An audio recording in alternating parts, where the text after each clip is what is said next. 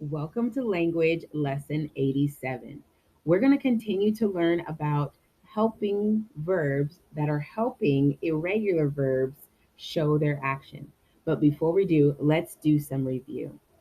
First, we're going to review our subject and verb agreement. The way we're going to review it is I'm going to say sentences. If the subject and the verb agree, I want you to shake your hands. Okay? If the subject and verb don't agree in the sentence that I give you, I want you to cross your arms. So if the subject and verb agree, shake. If the subject and verb disagree, cross your arms. Okay? So let's practice. The frogs sounds noisy at night. Did you shake or did you cross? Well, you should have crossed because frogs is plural, sounds is plural too.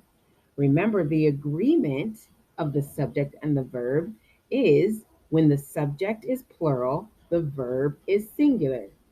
When the subject is plural, when the subject is singular, the verb is plural. So the frogs sounds noisy at night is not an agreement. What about this one? My brothers play basketball for our school. Did you shake or cross? If you shook, you're correct. The verb and subject agree. What about this one? Alex draw very well. Shake, cross. If you crossed, you are correct.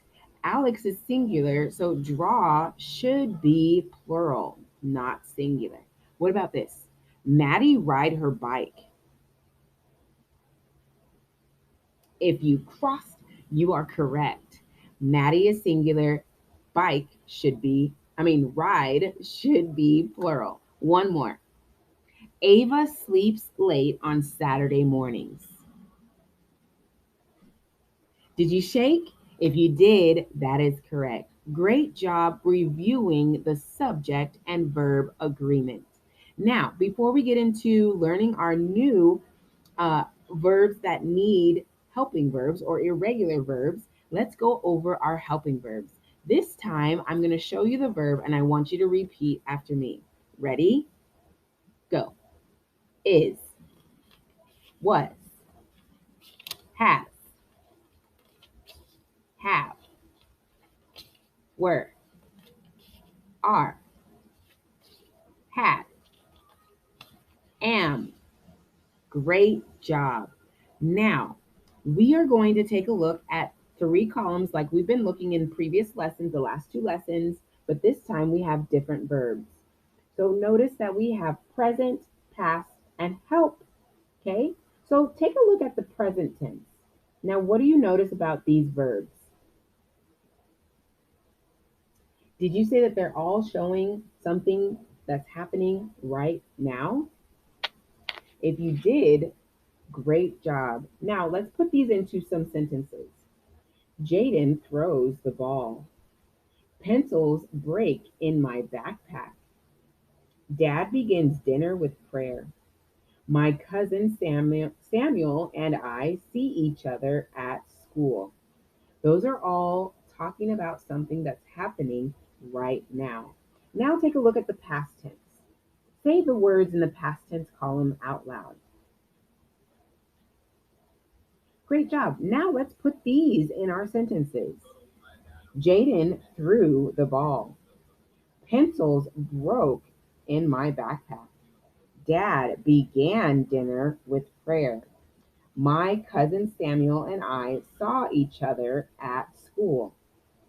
These two columns do not need helping verbs. Now, let's take a look at the help column. Say the words in the help column now. Okay, so let's try to put these in our sentences. Jaden thrown the ball. Pencils broken in my backpack. Dad begun dinner with prayer. My cousin Samuel and I seen each other at school. Are you making this face? they don't make sense. They don't sound right. So we have to give them a helping verb in order to help them make more sense or sound better. So let's add a helping verb to our verbs in our help column and see if it makes more sense. Jaden has thrown the ball. Pencils have broken in my backpack.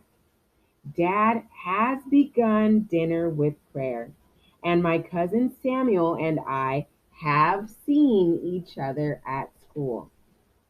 It's those little words that help the sentence make sense, make the action come alive. Okay? Now, let's take a look at this sentence here. Read this sentence out loud to yourself. Okay, hopefully you read the sentence. Now, I want you out loud to say what the verb phrase is for the sentence. Look at it again if you need to. What I'm going to do is I'm going to underline the verb phrase. Remember, the verb phrase is the verb and the helping verb in the sentence. Did you say the helping verb or the verb phrase in the sentence?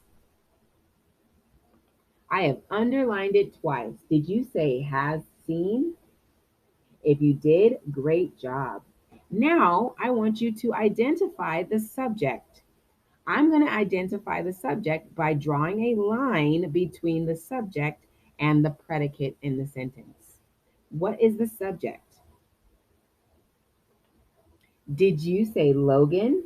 If you did, that is correct. Great job. Now that we've learned about these irregular verbs, I want you to go ahead and take out your language book and open up to page 96 where you can apply what we've learned in your workbook. Happy studying.